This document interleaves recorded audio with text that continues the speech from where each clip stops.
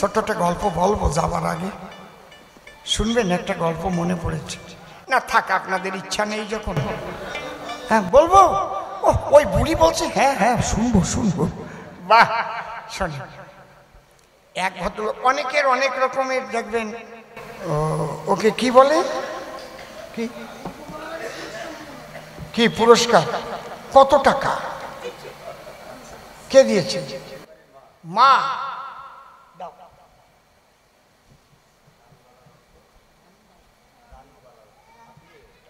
যে মায়ের প্রাণের প্রাণে আমরা যোগ দিয়েছি কবি গানে, মা রানুবালা দত্ত, তিনি হয়েছেন কবি গানে ভাবুন্মত্ত, একেবারে অতি সত্য। তাই মা ভালো লেগেছে বলে আজ পুরস্কার স্বরূপ 200 টাকা দিয়েছেন আমার হাতে তুলে। আমি গোবিন্দের চরণ তলে জানাই নিবেদন, হে গোবিন্দ, মা যতদিনে জগতে থাকে গোবিন্দ যেন মাকে ভালো রাখে, এবং যাবার সময় হলে যেন রাধা কৃষ্ণের চরণ তলে তিনি স্থান পান। আপনারা সবাই হরিব।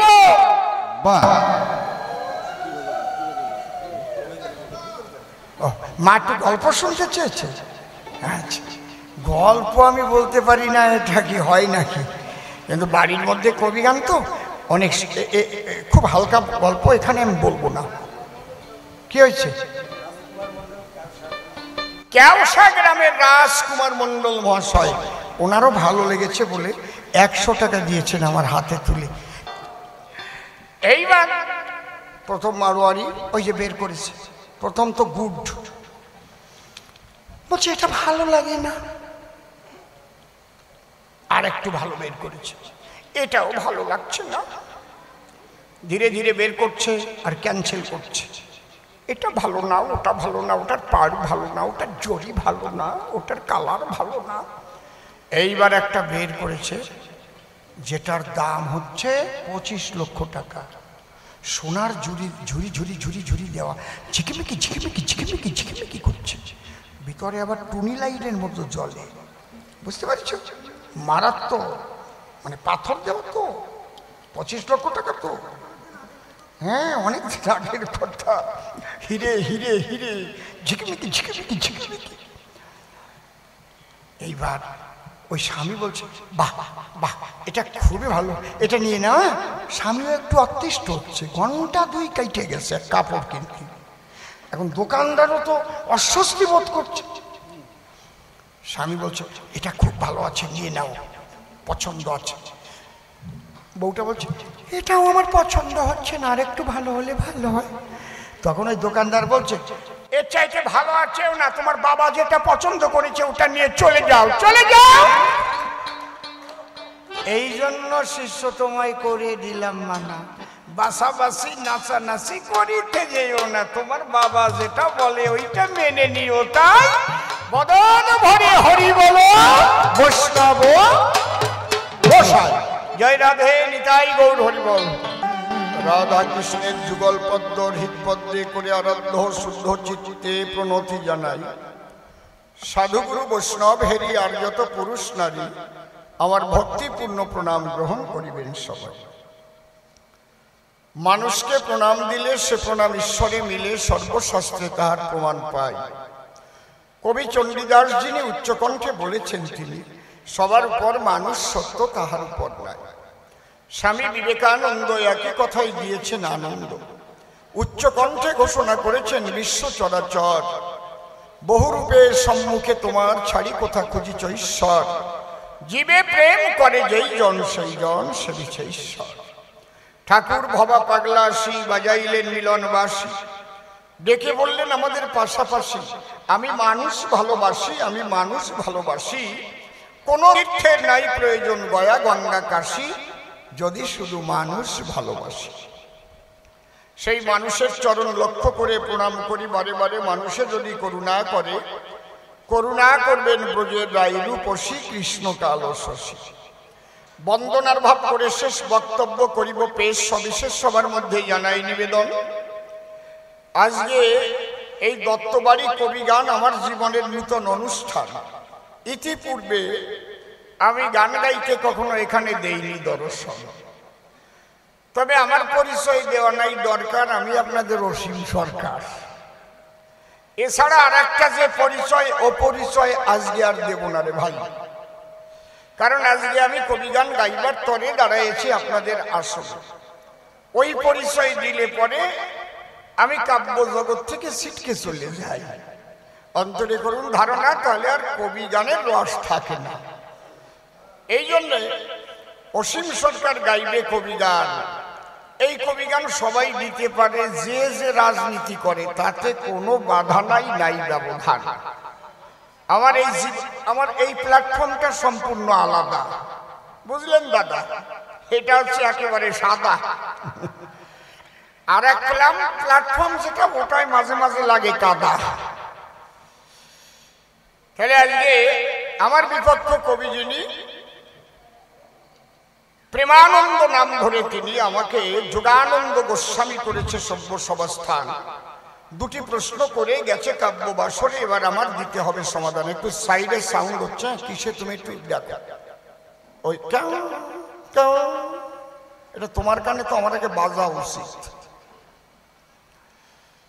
এইবার প্রথম প্রশ্নের জবাব দিতে বাসনা আছে আমার চিতে, সুধী সতে করিবেন শ্রবণ। প্রশ্ন করেছে দান, জয়দেব রাধারানীকে বড় করল কেন? কারণ আমরা পড়েছি গীতা খান স্বয়ং ভগবান, সেখানে তার উপরে আর তো কেউ নাই, তাই না? সর্বধর্মান পরিত্যাজ্যং মাম একং শরণং ব্রজ অহং তাং সর্ব পাপভ্য মোক্ষয়িষ্যামি মা শুচি। বাবা শোনো, বাবা প্রেমানন্দ, সুন্দর তোমার প্রশ্নের ছন্দ, কিন্তু প্রশ্নের মধ্যে কেমন একটু আইস্টে আইস্টে গন্ধ। কারণ তুমি যে ভালো করে বোঝো নাই, এটা আমি বুঝতে পেরেছি হয়ে গোসাই। ভগবান কিন্তু বেশভূষা দেখে না, মালা দেখে না, পোশাক দেখে না। এই পোশাক মালা এগুলো আমরা পরি কেন? মনটাকে তৈরি করবার জন্য। একটা তুলসীর মালা পড়েছি, আমি একটা গেরুয়া পড়েছি, আমার দ্বারা যেন কুকর্ম না হয়, তাহলে সমস্ত গেরুয়াধারীদের অপমান করা হবে, ঠিক না? আপনি স্যুটকোট পরেও সাধু হতে পারেন। সাধু কোনো পোশাকে হয় না, সাধু হয় মনে। শ্রী ঠাকুর ভবা পাগলা তার গানে লিখে গেছে, যদি মনকে সাধু করতে পারো ধরো সাধুর বেশ, নইলে দেখার মতো দেখছেন তিনি ধরবে মাথার কেশ। কাজী নজরুল ইসলাম বলেছেন, মন না রাঙাইয়ে বসন রাঙালে কি ভুল করিলে যদি। মনে যদি তোমার সেই ত্যাগ না আসে, ত্যাগের রঙে তুমি যদি মনকে রাঙাতে না পারো, মনের মধ্যে যদি ভোগ লালসা বাসা বেঁধে থাকে, কোনো মালা কোনো পোশাকে কাজ হবে না। একদম পারফেক্ট কথা যেটা সেটা বলছি। পোশাক পরিচ্ছদ কেন পরে? দেখবেন এক একটা সম্প্রদায়ের এক এক রকম মালা গুরুদেব দেয় তার। বৈষ্ণব সম্প্রদায়ের তুলসী মালা, শাক্ত শৈব সম্প্রদায়ের রুদ্রাক্ষের মালা, মতুয়া সম্প্রদায়ের কিসের মালা বলো, জোরে বলো, কি কেউ জানো না? কি আশার মালা, কে বলবো না? এটা হচ্ছে যে যে স্কুলে ভর্তি হয়েছে সেই স্কুলের ইউনিফর্ম। আশেপাশে অনেক স্কুল আছে না আপনাদের? প্রত্যেকটা স্কুলের আলাদা আলাদা পোশাক আছে কিনা আপনারা বলেন? কিন্তু যেদিন বোর্ডের পরীক্ষা হয় সেদিন কি পোশাকে কাজ হবে? সঠিক মতো প্রশ্নের উত্তর লিখতে হয়। এখন যদি কেউ উত্তর না লিখে ঘুষ দিয়ে চাকরি পায়, সে জায়গা আমার কোনো কথা নাই, ওটা আলাদা ব্যাপার। সাদা খাতা দিয়ে টাকা দিয়ে দিল, সে জায়গা আমি কিন্তু বলছি না। এরকম অসৎ বৃত্তি যদি হয় সেগুলোর আলোচনার বিষয় না, তাই না? অনেকে ভাবতে পারে তাহলে আপনি যে বলছেন সাদা খাতা জমা দিয়েও তো পায়, আপনি জানেন আমি সেটা সাইডে দিলাম। মূলত পোশাক এবং মালায় কাজ হবে না যেদিন বোর্ডের পরীক্ষা। বোর্ডের পরীক্ষা মানে ঈশ্বরের দরবারে গিয়ে তোমার দাঁড়াতে হবে। সেদিন একমাত্র তোমার মনটা বিশুদ্ধ ছিল কিনা, তুমি মন দিয়ে কি করেছ। মন করতি পাপানি মন লিপ্পন্তি পাতকা মনমনা ভুক্ত নচপূর্ণ নপাতকা। আমাদের গ্রিক দার্শনিক গেটে সাহেব বলেছেন, he is the greatest fighter, তিনি সবচাইতে বড় যোদ্ধা। Who can control his own mind, যে তার নিজের মনকে বশীভূত করতে পারে। আমি যদি জিজ্ঞেস করি এখানে কজন বলতে পারবে আমি জানি না, এখানে কেন, খালি আমি বলবো সাধনা কাহাকে বলে, ডেফিনেশনটা আমাকে বলুন।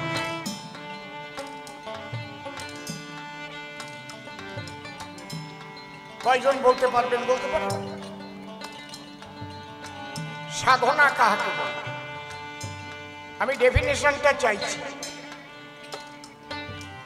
যেমন ভাষা কাহাকে বলে? যাহার দ্বারা আমরা মনের ভাব প্রকাশ করিয়া থাকি তাহাকে কি বলে? ভাষা বলে। বাংলা ব্যাকরণ কাহাকে বলে? যে পুস্তক পাঠ করিলে বাংলা ভাষা শুদ্ধভাবে লিখিতে পড়িতে ও বলিতে পারা যায় তাকে বাংলা ব্যাকরণ বলে। ঠিক এইরকম ভাবে আমাকে সংজ্ঞা দিয়ে বলুন সাধনা কাহাকে বলে। কতজন নেটাই নেবেন? এ তো কোনোদিন শুনি নাই। সাধনা কাহাকে বলে? যে যে পদ্ধতির দ্বারায়, ভালো করে শুনে যান, যে যে পদ্ধতির দ্বারায় বহির্মুখী মনকে ঈশ্বরমুখী করা হয় তাহার নাম সাধনা। পদ্ধতি বিভিন্ন রকম থাকতে পারে। কেউ নাম জপছে, কেউ রেচকপূরক কুম্ভক করছে, কেউ মাথা দিয়ে হরিবল হরিবল হরিবল হরিবল করছে। বুঝতে পারছেন কি বলছি? যে যে পদ্ধতির দ্বারা বহির্মুখী মনকে ঈশ্বরমুখী করা হয় তাহার নাম সাধনা।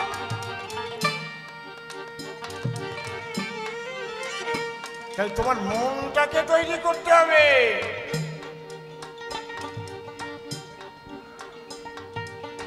এত সোজা না।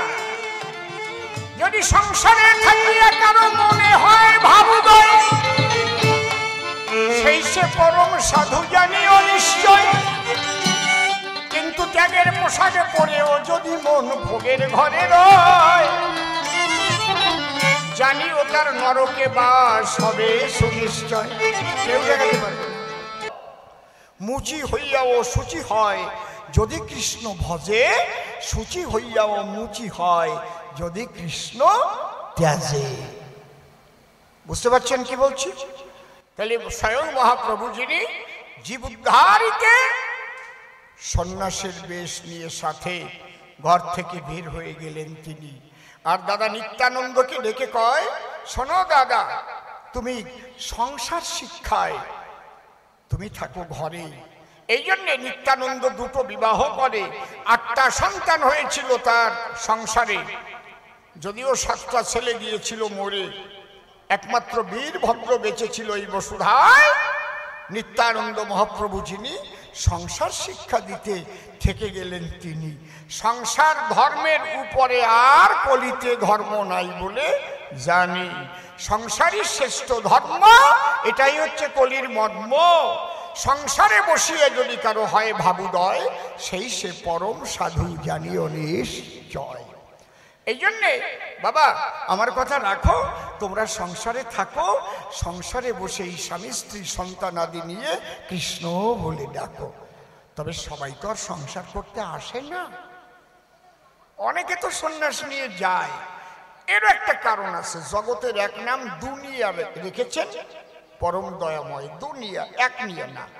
হাসি কান্না আধার আলো মন্দ ভালো স্বামী স্ত্রী জোয়ার বাটা শক্ত নরম ঠান্ডা গরম গৃহবাসী সন্ন্যাসী, এটা অনন্তকাল থাকবে। কিন্তু যুগ ধর্ম যদি বলতে হয় তাহলে কলিতে যুগ ধর্ম সংসার ধর্ম দিলাম পরিচয়। চুপ করে থাকেন সবে, আর একখানা গান হবে, তারপরে দেখি ও এসে আবার কি কয়। হ্যাঁ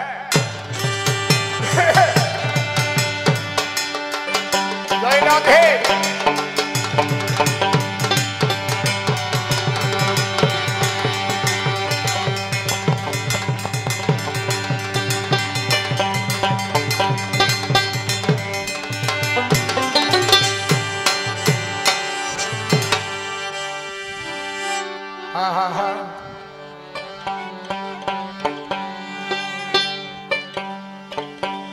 শুধু ধনে থাকিলে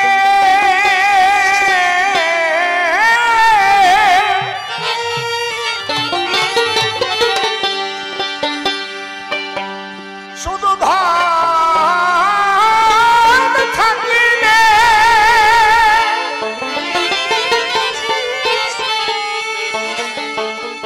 শুধু ধন থাকিলে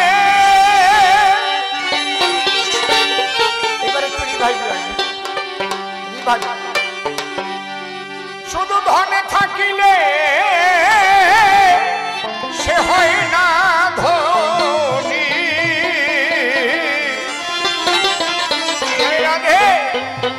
কৃষ্ণ ধন যার নাই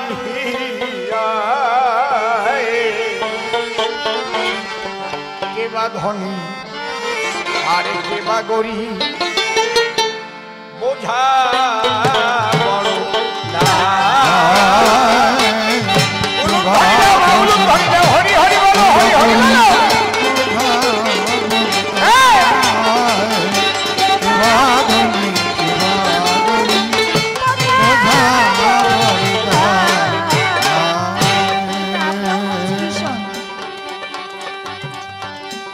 শুধু ধনে থাকিলে হয় না ধনী, থাকিলে হয় না ধনী, ধনে থাকিলে হয় না ধনী, ধনে থাকিলে হয় না ধনী। কৃষ্ণ ধন যার নাই হিয়া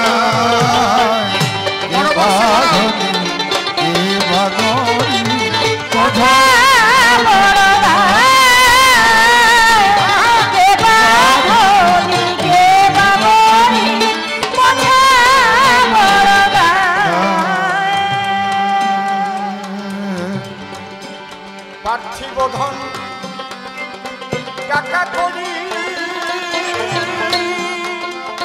ভয় রে,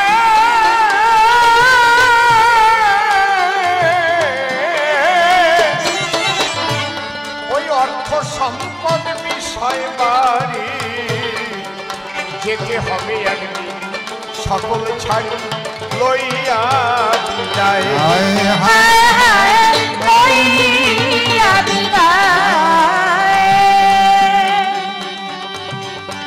সেদিন সাথের সাথী কেমন এই হরি নাম, সাথের সাথী কেমন এই হরি নাম।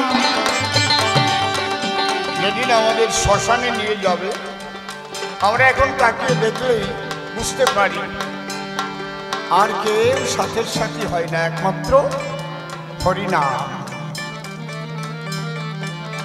নাম ছাড়া কিন্তু গতি নাই। হরের নাম হরের নাম হরের নাম ওই বখে বলম কলৌ নাস্তে বনস্তে বনস্তে গতির অন্য। দেখো তুমি সংসারে থেকেও সন্ন্যাসী হতে পারো, মনটাকে সন্ন্যাসের ঘরে রাখতে হবে। যদি সবসময় ভাবো হে প্রভু সংসার তোমার, আমি তোমার দাস, জীব নিত্য কৃষ্ণ দাস, ইহা ভুলি গেলা অতএব মায়া পিশাচি গলেতে বান্ধিলা। কৃষ্ণ সূর্য সম মায়ার অন্ধকার, যথা কৃষ্ণ তথা নাহি মায়ার অভিজ্ঞান। শুধু মনের গতিটা। এই জন্য আমি যে কি সবার চাইতে তো আমি ভালো জানি, আপনি যে কেমন সে তো আপনি ভালো জানেন। আমি উপর দিয়ে সাজগোজ করি, এদিকে মনে মনে কি চিন্তা করি, গোপনে কি কর্ম করি সে তো আপনারা কেউ জানেন না, কিন্তু জানে একজন। জয় রাধে, তাকে ফাঁকি দেওয়া যায় না। শুধু ধনে থাকিলে হয় না ধনী, ধন থাকিলে হয় না ধনী, ধনে থাকিলে হয় না ধনী, কৃষ্ণ ধন যার নাই হিয়া। কে বা ধনী কে বা গরিব কথা বলো ভাই, কে বা ধনী কে বা গরিব কথা বলো ভাই। কৃষ্ণ ধনে যান ভরা হৃদয়ে ভাই রে,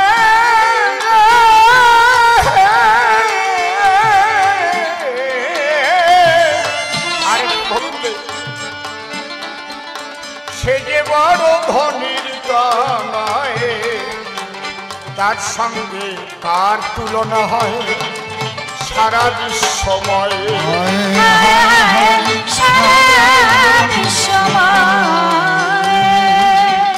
কৃষ্ণ ধনে যাবে ভরা হৃদয়ে, কৃষ্ণ ধনে ভরা হৃদয়ে, সে যে বড় ধনীর কানায়, তার সঙ্গে তার তুলনা হয় সারা বিশ্বময়।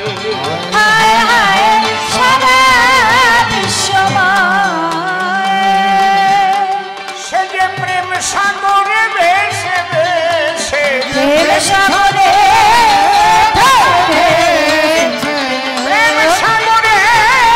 ভেসে ভেসে মহানন্দে ঢেউ খেলা। কে বা ধনী কে বা গরিব কথা বলো ভাই, কে বা ধনী কে বা গরিব কথা বলো ভাই। হও না তুমি উজির রাজা ভাই রে,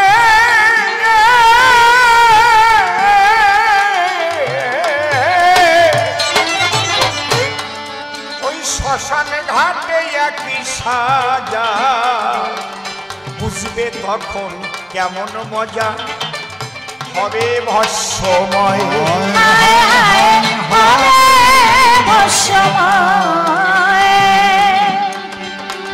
সবচাইতে আশ্চর্য হচ্ছে প্রত্যেকটা মানুষ মারা যাবেই এইটা তার মনে থাকে না, এবং এর গুরুত্বই দেয় না। এর চাইতে আশ্চর্য পৃথিবীতে আর কিচ্ছু নেই। মনে করেন আমরা চার ভাই, বাবা মারা গেলেন, চার ভাই মিলে আগুনে দাহ করলাম, দেখলাম চোখের সামনে বাবার দেহটা পুড়ে ছাই হয়ে গেল, আর বাবা কথা বলল না। খুব বেশি দিন না, হয়তো 13 দিন পর্যন্ত ক্রিয়াকর্ম করা পর্যন্ত, তারপরে ধীরে ধীরে ধীরে ধীরে বাবা সম্পত্তি কারে কতটুকু দিয়ে গেছে। যদি কোনো বাইরে 2 কাঠা বেশি দিয়ে যায়, এইটাই তো বাবা অন্যায় করেছে, এই সম্পত্তির ভাগাভাগি নিয়ে গন্ডগোল আরম্ভ। আরে ওই সম্পত্তিতে তুমি কয়দিন থাকবা তুমি জানো? যদি ওইটা দেখে মানুষের মনে থাকতো মানুষ চিরস্থায়ী না, তাহলে আমরা যে কদিন থাকবো সবাই মিলেমিশে থাকবো। আমি একা কোনো কিছু খাবো না। একটা মানুষের বেঁচে থাকতে খুব বেশি বিরাট কিছু লাগে না। আমি তো বলি আমি অসীম সরকার, আমাকে ঈশ্বর এতটা দেবেন আমি কোনোদিন আশা করি, অনেক বেশি পেয়ে গেছি, এত পাওয়ার উপযুক্ত আমি না।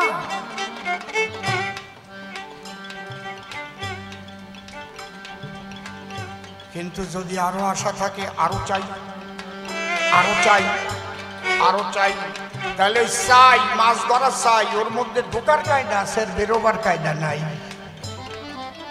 হ্যাঁ, তারপরে মিশনে লাগবে সিবিআই। কথা বোঝা গেল কি? খুব বেশি লাগে না। আপনারা অবাক হয়ে যাবেন, আমি প্রতিজ্ঞা করেছিলাম যে ওপার বাংলা থেকে আসা উদ্বাস্তু সম্প্রদায় যারা, যেদিন আমি সংবিধানে লেখা দেখেছিলাম যে 1948 সালের 19শে জুলাইয়ের পরে আসতে সংবিধান সবার কাছে আসে, গুগলে সার্চ করেন, এক্ষুনি দেখেন, গুগলে সার্চ করে বের করেন, যার ইন্টারনেট আছে, আমি যা বলি সেই কথাটা বলেন, বেরিয়ে আসবে এক্ষুনি। শুধু লিখবেন principal act of citizenship 1955 to clause on clause B foreigner act.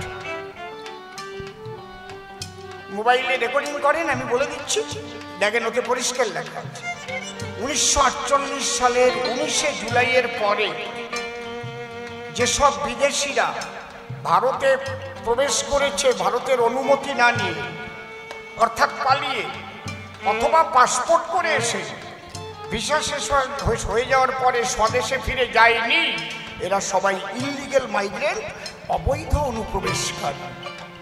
এরা কোনোদিন ভারতের নাগরিকত্বের জন্য আবেদনও করতে পারবে না, পাওয়া তো দূরের কথা। সেই দিন প্রতিজ্ঞা করেছিলাম, যদি কোনোদিন এই মানুষগুলোর নাগরিকত্ব সুরক্ষার সঠিক ব্যবস্থা করতে পারি, সেদিন বাড়িতে এসি লাগাবো, তাই না হলে আমি এসি ঘরে থাকবো না, বাড়িতে এসি এখনো লাগাইনি। আমার বনগা একটা 3তলা বাড়ি, পালপাড়া একটা 3তলা বাড়ি, গিয়ে দেখবেন কোনো ঘরে এসি আছে নাকি? এই বাবুর বাড়ি এসে একটু এসি দিয়েছে আমাদের, তাও আমি বন্ধ করেছি, আমি বললাম লাগবে না আমার। তারপরে 27-এ চালাই দিয়েছি। কি বাবু, আমি মানা করেছিলাম না? আপনারে কইছি, আমি কই নাই আমার এসি লাগবে না, লাগবে না বলছি তো, আমার এসি লাগবে না। মুখ দিয়ে বললে হবে না কথা, আচরণে দেখাতে হবে। মানুষকে সত্যি সত্যি ভালো হতে হবে, এত সোজা না। শ্রী ঠাকুর অনুকূল চন্দ্রের একটা বাণী আছে, ধর্ম যদি না ফুটলো তোর সংসারের প্রতি কর্মে, বাতিল করে রাখলি তারে কি হবে সেই ধর্ম? তুমি পথ দিয়ে হেঁটে যাচ্ছ, কলা খেতে খেতে কলার চোখলাটা রাস্তার উপর ফেলে দিয়ে চলে গেলে, এটা অধর্ম। কারো পায়ের নিচে সে হয়তো এত চিন্তা নিয়ে হেঁটে যাচ্ছে, তার স্ত্রীর শরীর খারাপ, টাকা নেই, কোথায় পাবো? ওই কলার চোখলা সে দেখেনি, পায়ের নিচে কলার চোখলাটা পড়ে গেল, মালাই চাকিতে ভেঙে গেল। তুমি অধর্ম করেছিলে, ধর্ম অত সোজা না রে বাবা। কোনো একটা মানুষের যদি তোমার দ্বারায় এতটুকু ক্ষতি হয়, তাহলে তুমি ধার্মিক না? এত সোজা?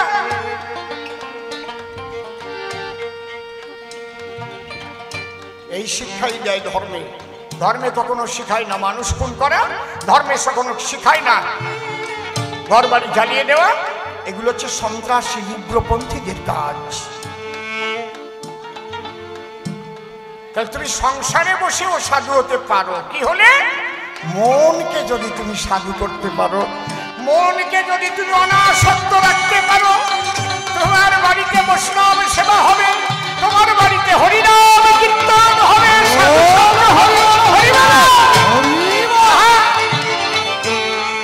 এই গৃহই বৃন্দাবন হয়ে যাবে, আনন্দময় পরিবেশ হবে। হও না তুমি উজির রাজা ভাই রে,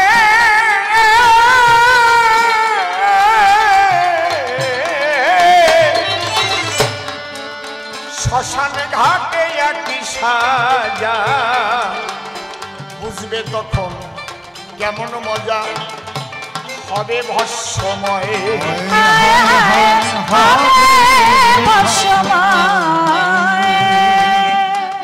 এসব দেখে শুনে জ্ঞান হলো না, দেখে শুনে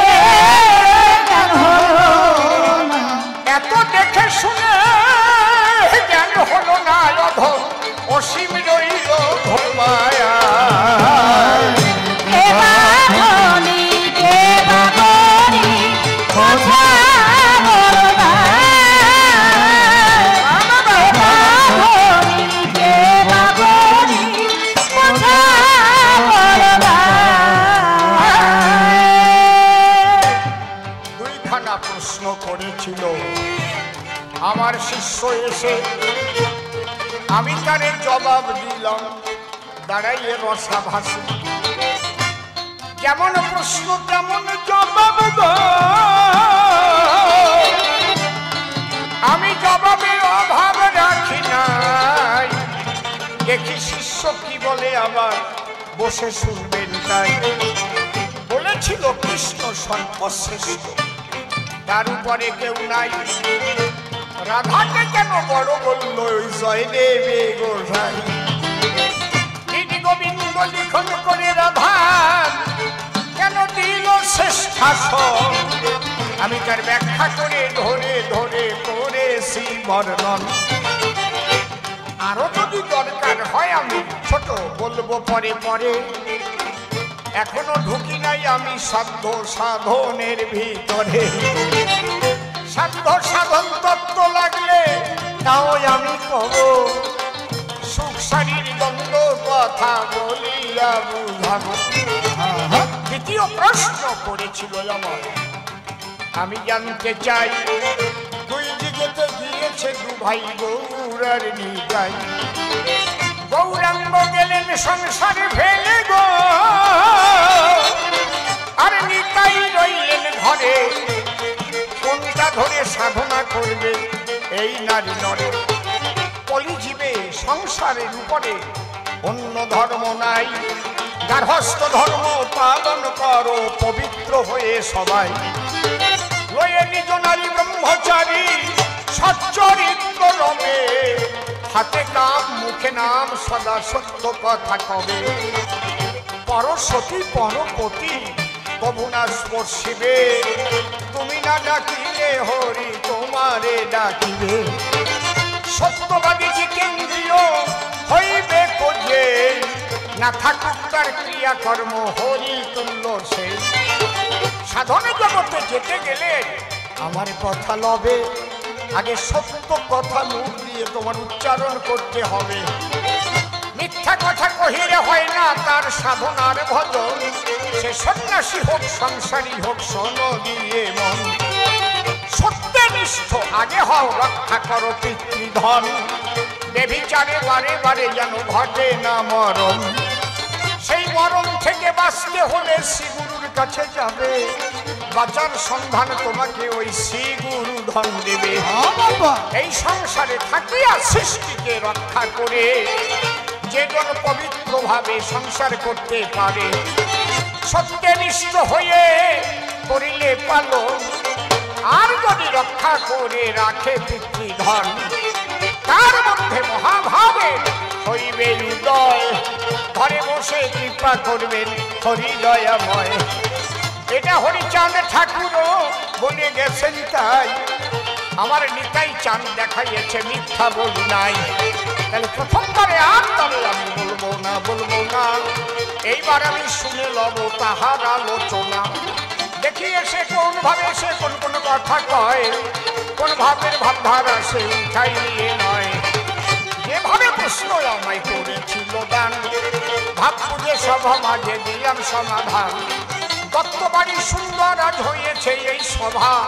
সভাখানায় বসেছেন যত দেবী দেবা। মনোলভা সভাখানা করি দর্শন।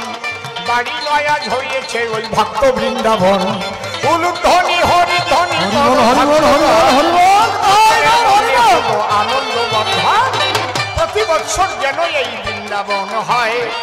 নিবেদন করে গেলাম গোবিন্দেরই পাই। প্রতি বছর হয় যেন এখানে মধুর বৃন্দাবন।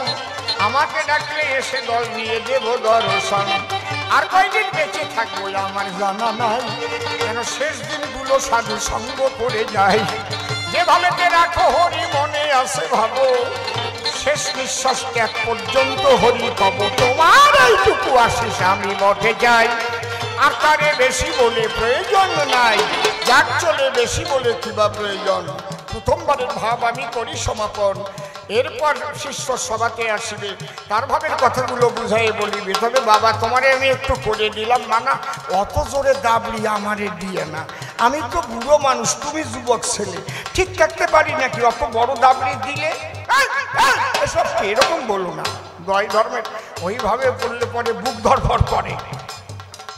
আমি বুঝি না কেমন শিষ্য আমারে আজ ধরে, দাবড়ি দিয়ে দিয়ে কথা শেখায়, বোঝেন না বুড়ো মানুষ করে কত ভয়। এই জন্য তারে আমি করে দিলাম মানা, যেন এলোমেলো কথা সে বলে না বলে না।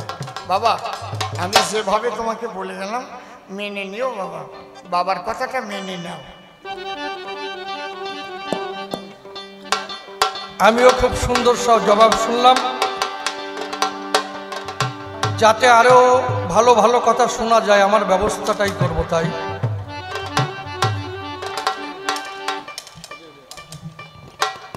তবে গুরুদেবকে নিয়ে খুব চিন্তায় পড়ে গেলাম, কারণ আসলে কি ওনার মাথা খারাপ হয়েছে নাকি আমি ঠিক পাচ্ছি না।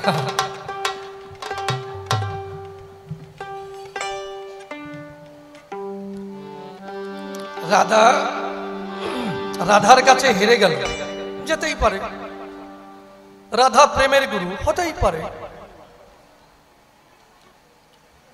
তাতে আপত্তি কোথায়? প্রেম শব্দের আবিধানিক অর্থ হচ্ছে যত্ন, যত্নের থেকে সেবা আসে।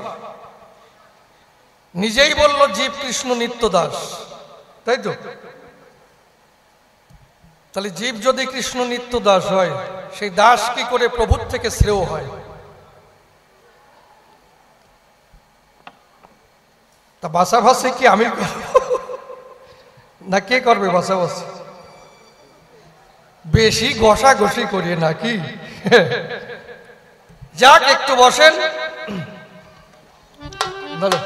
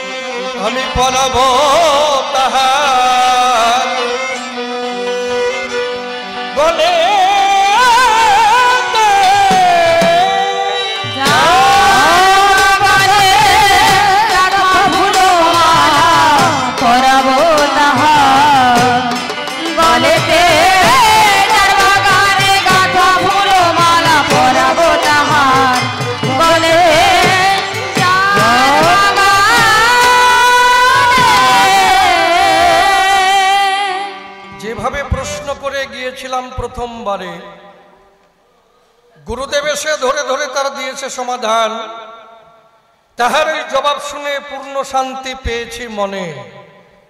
তার মধ্যে করতে হবে বিরুদ্ধ আচরণ। আমি প্রশ্ন করেছিলাম, তাই বাবা তোমার কাছে জানতে চাই যে রাধা বড় না কৃষ্ণ বড়? এই তোমার প্রশ্ন। নইলে রাধা বড় বলো, নইলে কৃষ্ণ বড় বলো। রাধা প্রেমে কৃষ্ণের কাছে হেরে গেল, প্রেমের গুরু, ওই এদিক ওদিক ঘুরিয়ে ফিরিয়ে কথা না বললে হয় কি? কারণ রাধাকে সৃষ্টি, স্রষ্টাকে কৃষ্ণ ভগবান। তাহলে আমি প্রশ্ন প্রথম রাখি তোমার কাছে, জয় জয় রাধা কৃষ্ণ প্রেমানন্দে বদন ভরে একবার হরি হরি বল। তাহলে স্রষ্টা বড় না সৃষ্টি বড়? কারণ আমার কৃষ্ণ যিনি বসে শুনুন জ্ঞানী গুণী স্রষ্টা, তিনি যদি না করত সৃজন, এই জীব কি করে আসতো? বসে শুনুন সৌধি শত এই জন্যে স্রষ্টা একমাত্র শ্রেষ্ঠ এ ভুবন, তাই তো বাবা? কারণ রাধাকে সৃষ্টি করেছে আমার কৃষ্ণ জনার্দন। বসে শুনুন, নারী নরে আদি হরি চিন্তা করে, আমি সৃষ্টিতে আনন্দ পাই, অন্তরে আমার আছে ভাবো আমি রাসমণ্ডলে যাব, কিন্তু একজনের দ্বারা তো সম্ভব নয়। যখন তার অঙ্গ হইতে এক দেবী আবির্ভূতা হয়, সে আবির্ভূতা যখন হইল, তখন ধাপিতা হইল, পুষ্প চয়ন করি শ্রীকৃষ্ণের শ্রীপাদ পদ্মে দেয়। তাই এবার এই যে রাসমণ্ডলের রাত ধাপিতার ধাইনে হলো রাধা, তাহলে রাধাকে যদি কৃষ্ণ সৃষ্টি না করতো, বসে শুনুন সৌধি সত, তাহলে কি করে তার আরাধনাই বা ভজন বা সেবা করত? এই জন্যে কৃষ্ণের উপরে জগতে কেহ নাই নাই নাই। এই জন্যই সর্বশাস্ত্র সিদ্ধান্ত মতে আমরা পাই। কারণ আমার কৃষ্ণ ইচ্ছা করলে যা পারে তা কোনো রাধা ভক্তার দ্বারাই সম্ভব নয়। কারণ রাধা একজন ভক্তা, শ্রীকৃষ্ণকে ভগবান। তা ভক্ত বড় না ভক্ত বড় না ভগবান বড়, এরও একটা মীমাংসা করো। তোমার কথায় তোমার এই পেঁয়াজ দিয়ে জাল দিয়ে থুয়ে যায়। তাহলে ভক্ত এ জগতে কি করে বড় হবে? অন্তর দিয়ে দেখুই ভেবে, এই জন্যে বারে বারে নিবেদন জানাই তোমার রাঙ্গা পায়। কারণ মহাকাশে মহালীলা চলে, খুলে বলি সভা তলে, গ্রহ নক্ষত্র তার কক্ষপথ অনুসরণ করে চলে মহাশয়। কারো সঙ্গে কেউ যদি ধাক্কা খায় কি হবে? গোল্লাই যাবে পৃথিবী। তাহলে কে অঙ্কশাস্ত্রে পাকা, কে চালাচ্ছে? একটা নিয়মে চলছে, নিয়মে চললে নিয়মটা আছে। সে কে? সে কৃষ্ণ না রাধা না কোনো ভক্ত? কারণ আমার কৃষ্ণ ইচ্ছা করলে পরে যা পারে তা কোনোদিন রাধার দ্বারাই সম্ভব নয়। ওই কবে একটু গুরু বলল, কবে এসব কোনো কথা হয় নয় বিষয়। তাহলে দেখুন, আমার কৃষ্ণ ইচ্ছা করলে পরে ওই রকম রাধা তৈরি করে তার লীলার আস্বাদন করতে পারে। কেমন? ওহে কৃষ্ণ নন্দলালে শ্রীদামকে একদিন ডেকে বলে, শ্রীদাম তুই আমার কথা মান, রাধার কাছে মুক্তা আছে, আমি বলি তোর কাছে ওই মুক্তা আছে, তুই আমার কাছে আন। শ্রীদাম তখন চলে গেল, রাধার কাছে মুক্তা চাইল, কিন্তু রাধা মুক্তা নাহি দেয়। রাধা মুক্তা দিল না মোটে। শ্রীদাম পড়ে সংকটে শূন্য হাতে কৃষ্ণের কাছে এসে দাঁড়ায়, এসে বলে তাই কৃষ্ণ রাধা মুক্তা দেয় নাই। কৃষ্ণ কি করলো? তার শক্তি স্বশক্তির জোরে, বসে শুনুন নারী নরে, তখন মুক্তাবল সৃজন করে অষ্টরাধা তৈরি করে সাজিয়ে রেখে দেয়। শ্রীদামকে বলে, শ্রীদাম কথা লবি, রাধাকে নিয়ে আসবি, তাকে দেখাতে হবে সময়। তখন শ্রীদাম চলে গেল, বসে শুনুন জ্ঞানী দল, রাধাকে নিয়ে এলো। রাধা যখন ওই দৃশ্য দেখিবারে পায়, রাধা বলে তাই আমি বুঝতে পারি নাই, ক্ষমা করে জায়গা দাও তোমার পায়। তাহলে আমার কৃষ্ণ ইচ্ছা করলে কি পারে? ওই রকম রাধা তৈরি করিয়ে তার লীলা রসাস্বাদন করতে পারে। এই শক্তি রাধার মধ্যে নাই নাই নাই। আমার কৃষ্ণ ইচ্ছা করলে পরে কালিকা মূর্তি ধারণ করতে পারে। বসে শুনুন জ্ঞানী জনে, রাধা কৃষ্ণ দুইজনে একদিন নিকুঞ্জ বনে যায়। নিকুঞ্জ বনে যখন গেল, আয়ান তখন ঠিক পেল, অমনি গদা নিয়ে ধায়। আয়ান চিন্তা করে অন্তরে, বনের মধ্যে পেলে দুটোরে, উচিত শিক্ষা দেব সেই জায়গায়। আয়ান চলছে রাগে রাগে, আমি বলি সবার পুরো ভাগে। ওই দৃশ্য যখন রাধা রানী দেখতে পায়, রাধা বলে তাই আর বাঁচার কায়দা নাই, বাঁচাও হে কৃষ্ণ দয়াময়। ওই যে আয়ান যিনি গদা নিয়ে তেড়ে আসছে, তিনি এখন তো বাঁচা হবে বিষম দায়। যিনি কৃষ্ণ নটবরে, বসে শুনুন নারী নরে কি করলো সেই জায়গায়। দাঁড়িয়ে বলি সবার বরাবরই, তখন কালিকা মূর্তি ধরি খড়গ ধরি দাঁড়ালো সেই জায়গায়। এমনি ভাবে কালিকা মূর্তি ধরলো, কৃষ্ণ প্রীতে বদন ভরে একবার হরি বলো। তখন ওই দৃশ্য যখন আয়ান দেখতে পায়, মামা বলে চরণে টানটান হয়ে গড়াগড়ি খায়। কিন্তু এই শক্তি নাই ওই রাধা রানীর গায়। তাই যদি থাকতো যেদিন কৃষ্ণ রাধাকে ছেড়ে চলে গিয়েছিল, তাহলে ওই রকম কৃষ্ণ তৈরি করে তার লীলা সাধন করতে পারত? তা কোনোদিন পারে নাই। তাহলে কি লতায় পাতায় কীট পতঙ্গ ধুলি কলায় কৃষ্ণ রূপ দেখতো? বলেন, দেখতো? এই যে আমার কৃষ্ণ, এই যে বটবৃক্ষ, এই যে আমার কৃষ্ণ কমলাক্ষ, এই যে লতায় পাতায় ধুলি কোনায় কখন দেখে? যখন একজনের জন্য একজন পাগলিনী হয়, ব্রেন ডিস্টার্ব হয়। রাধারে আজকে ব্রেন ডিস্টার্ব করে রেখে যাব, যদি ভালো পারে বাবা তালি ভালো করে ধুয়ে যাবে। কি বাবা খারাপ বলেছে? মেডিকেল সায়েন্সে কি কয়? মানুষের 3টে পার্ট আছে, তাই না? যেমন ফ্রন্ট লব, অক্সিপিটাল লব, প্যারাইটাল লব। তাহলে এই যে 3টি লব রয় মস্তিষ্কে। দেখুন, আমাদের শরীরে 14,000-এর বেশি নিউরন কোষ আছে, দেহ কোষ আছে। এই যে অঙ্গে যদি এখানে কেটে যায়, এই যে জীবের গঠনগত কার্যগত এককে কোষ বলা হয়, তাহলে এখানে যদি কেটে যায়, এখান থেকে রক্ত ঝরবে, আর ওই কোষ নষ্ট হবে, আবার নতুন কোষ তৈরি হয়ে যাবে। কেন? ওই কোষের মধ্যে সেন্টোজোম আছে। কিন্তু এই যে নিউরন কোষ আছে মস্তিষ্কে, এর মধ্যে ওই কোষের মধ্যে কিন্তু সেন্টোজোম নাই। যদি কেউ মাথায় আঘাত পায়, তখন ওখান থেকে রক্ত ঝরে, আর নতুন কোনো কোষ তৈরি হয় না মহাশয়। দেখুন, যুবক যুবতী প্রেম করে, খুলে বলি সভা পরে, একটা মেয়েকে খুব ভালোবাসলো, মেয়েটার নাম টুম্পা। তা এইবার যখন ওই টুম্পা যখন ওই ছেলেটার থেকে ভালো একটা সুন্দর ছেলে পেয়ে গেল, ছেলেটা বুলেট গাড়ি নিয়ে চলে, আর এ তো স্কুটি নিয়ে চলে, তাই না? এইবার ভাবলো কি, আমার অন্তরে আছে, ভাবো আমি এইবার থেকে বুলেট গাড়িতে চড়বো। এইবার ওর হাত ধরে চলে যায়, তাহলে এরে ল্যাং মানলো মহাশয়, তাই নয়? তাহলে এরে যখন ল্যাং বললো, এর অবস্থা কি হবে? কি ও পাগল হবে না? ঠিকই তো। তা এই যে এত ভালোবেসেছিল, যখন জল খেতে যায় টুম্পার ছবি ভেসে ওঠে মহাশয়। যখন ভাত খেতে যায়, ভাতের মধ্যে টুম্পার ছবি দেখে মহাশয়। যখন ঘুমোতে যায়, 2 চোখের পাতা বন্ধ করতে পারে না মহাশয়, সেখানে টুম্পা বসার হয়। সেই টুম্পা যদি ল্যাং মেরে চলে যায়, সেই ছেলে পাগল হবে না? তারপরে চিন্তা করবে, কোথায় আমার টুম্পা, কোথায় আমার টিম্পা? এইবার যে আমাদের নিউরন কোষ আছে, ও বলবে, বন্ধু তুমি চিন্তা করো, যত চিন্তা করবে করো, আমি তোমাকে সাপোর্ট করছি। তখন ওই নিউরন কোষগুলো ওকে সাপোর্ট দেবে। সাপোর্ট দিতে দিতে দিতে যখন সবগুলো অকেজ হয়ে যাবে, তখন ফ্রন্ট লাভ খারাপ হবে, তার সঙ্গে কানেক্ট পিছনের সঙ্গে, এইটার সঙ্গে এইটার সঙ্গে।